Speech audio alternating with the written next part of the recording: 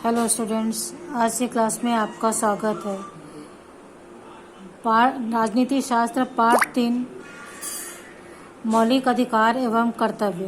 प्रश्न पहला है, सत्य एवं असत्य लिखिए। किसी विशेष जाति या धर्म को मानने वाले को ही नौकरी मिलती है। असत्य, देश के किसी भी क्षेत्र में व्यक्ति निवास कर सकता है। सत्य, सार्वजनिक स्थलों का उपयोग हम समान रूप से कर सकते हैं। सत्य, समूह के अधिकारों का उल्लंघन होने पर जनहित याचिका दायर की जा सकती है। सत्य। प्रश्न दूसरा, निम्नलिखित उदाहरणों को पढ़कर लिखिए कि इन व्यक्तियों के किन मौलिक अधिकारों का हनन हो रहा है। यदि किसी कारखाने में 12 वर्ष के बच्चों से कार्य कराया जाता है।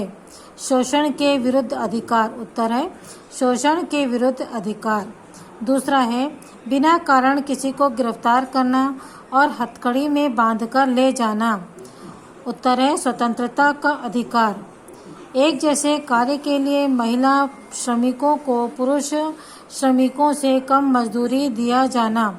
शोषण के विरुद्ध अधिकार। शांतिपूर्वक जुलूस निकालने से रोकना। स्वतंत्रता का अधिकार।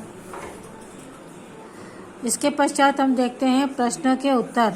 मौलिक अधिकार से आप क्या समझते हैं, लिखिए।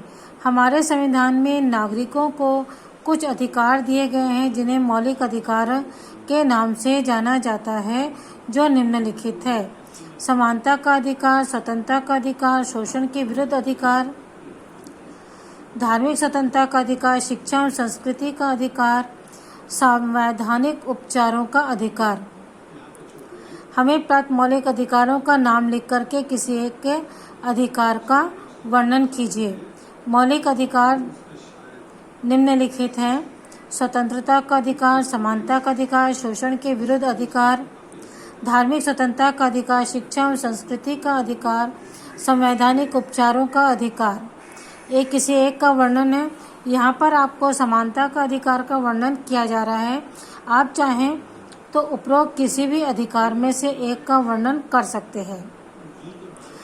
समानता का अधिकार, इस मौलिक अधिकार का अर्थ है देश के कानून के सामने सभी नागरिक समान हैं। जैसे कुछ समय पहले एक अधिकारी पर अपराध के संबंध में मुकदमा चला। जब तक मामला अदालत में था, उन्हें सामान्य नागरिक की तरह अदालत में जाना पड़ता था। ऐसा नहीं होना चाहिए कि कोई भी अधिकारी या राजनीतिज्ञ अपने पद का प्रभाव दिखाकर अदालत को प्रभावित कर सके। संविधान में देश के सभी नागरिकों के लिए समानता की बात कही गई है। उदाहरण के लिए, नौकरी में चाहे वह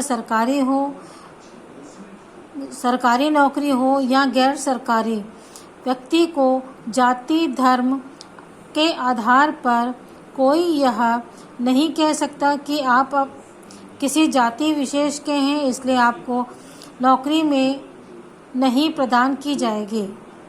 सार्वजनिक संस्थाओं, संविधान में छुआछूत को कानूनी रूप से अपराध घोषित किया गया है। किसी भी नागरिक को सार्वजनिक संस्थानों जैसे अस्पताल, स्कूल, कॉलेज, मंदिर, दर्शनीय स्थलों, इमारतों, पर्यटन स्थलों में प्रवेश एवं इस्तेमाल करने से नहीं रोका जा सकता। प्रश्न तीसरा, शिक्षा और संस्कृति के अधिकार से आप क्या समझते हैं? उत्तर है, भारत में विभिन्न भाषाओं एवं धर्मों को मानने वाले लोग रहते हैं। उनकी अपनी संस्कृति होती है। हमारा संविधान इन सभी को उनकी संस्कृति, भाषा और लिपि को संरक्षित करने का अधिकार प्रदान करता है। संविधान में कहा गया है कि अल्पसंख्यकों समूहों को अपने धर्म एवं भाषा के आधार पर स्कूल, कॉलेज, विश्वविद्यालय आदि स्थापित करने एवं संचालित करने की स्वतंत्रता है। इन संस्थाओं को शासन की शर्तें पूरी करने पर बिना किसी भेदभाव के शासन द्वारा अनुदान दिया जाता है। अल्पसंख्यक समूहों को आमतौर पर भाषा और धर्म के आधार पर तय किया जाता है कोई अल्पसंख्यक है या नहीं। यह इस पर निर्भर करता है कि वे कहाँ रहते हैं। उदाहरण के लिए महाराष्ट्र में मराठी बोलने वाले लोग अल्पसंख्यक नहीं माने जाएंगे, लेकिन पश्चिम बंगाल में वे अल्पसंख्यक माने जाएंगे। प्रश्न चौथा, स्वतंत्रता के अधिकार का उदाहरण सहित समझाइए। दो व्यक्तियों के स्वभाव, चरित्र, दृष्टिकोण में अंतर होता है, अतः उसके क्रियाकलापों में भी भिन्नता होगी। सभी व्यक्ति एक ही व्यवसाय व विचार में रुचि नहीं रख सकते। उन्हें इच्छानुसार मौके भी नहीं मिलते हैं। उन्हें अपने विचार, निवास, व्यापार व व्यवसाय की स्वतंत्रता संविधान में दी गई है। हमारे संविधान में व्यक्ति को गरिमापूर्ण जीवन जीने का अधिकार प्रदान किया गया है। उसे मनमाने ढंग से गिरफ्तार नहीं किया जा सकता। उसे देश के कानून के अनुसार एक निश्चित प्रक्रिया के द्वारा ही किसी अपराध में बंदी बनाया जा सकता है। किसी भी व्यक्ति को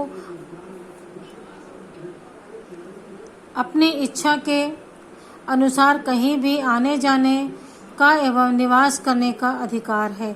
जैसे छत्तीसगढ़ के अधिकांश व्यक्ति काम की तलाश में दूसरे राज्यों में जाते हैं, इसी प्रकार दूसरे राज्यों के अनेक व्यक्ति छत्तीसगढ़ में आकर निवास करते हैं। अगला प्रश्न है, एक व्यक्ति के मौलिक अधिकारों का हनन होने पर उसे क्या करना चाहिए?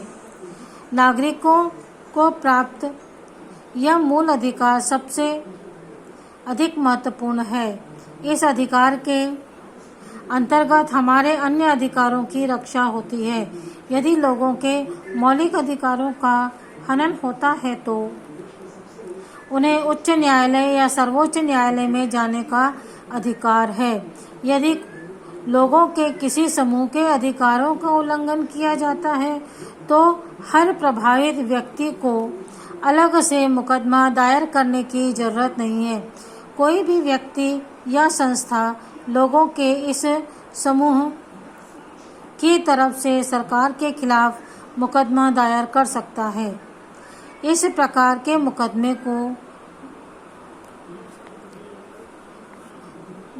याचिका, जनहित याचिका या लोकहित के मुकदमे कहा जाता है।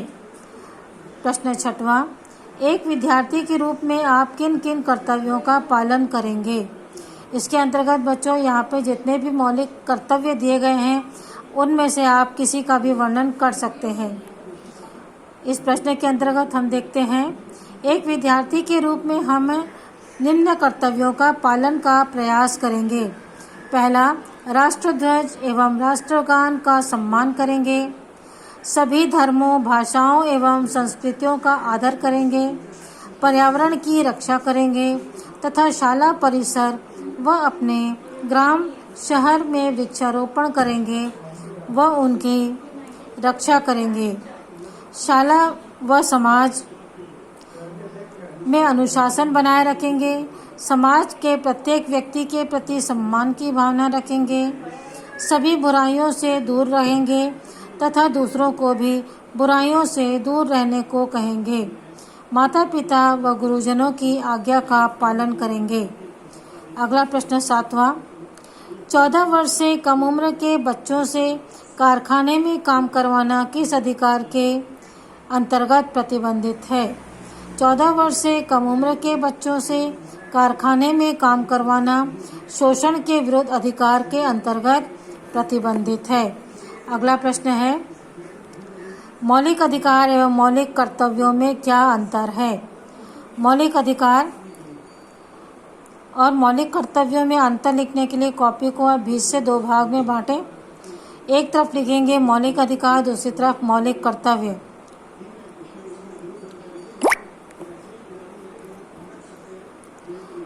हमारे मौलिक अधिकार में लिखेंगे पहला, हमारे संविधान में नागरिकों को कुछ अधिकार दिए गए हैं जिन्हें मौलिक अधिकार के नाम से जाना जाता है।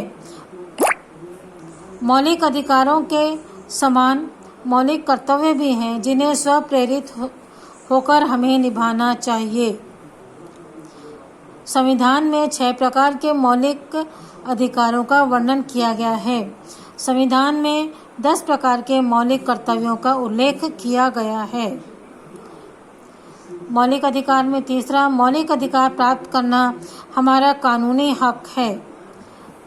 मौलिक कर्तव्य निभाना हमारी सामाजिक व नैतिक जिम्मेदारी है। इसके साथ ही बच्चों पार्ट 3 मौलिक अधिकार एवं कर्तव्यों के प्रश्नोत्तर समाप्त होते हैं। अगली क्लास में आपको अगला पार्ट पढ़ाया जाएगा। ठीक है, बाय।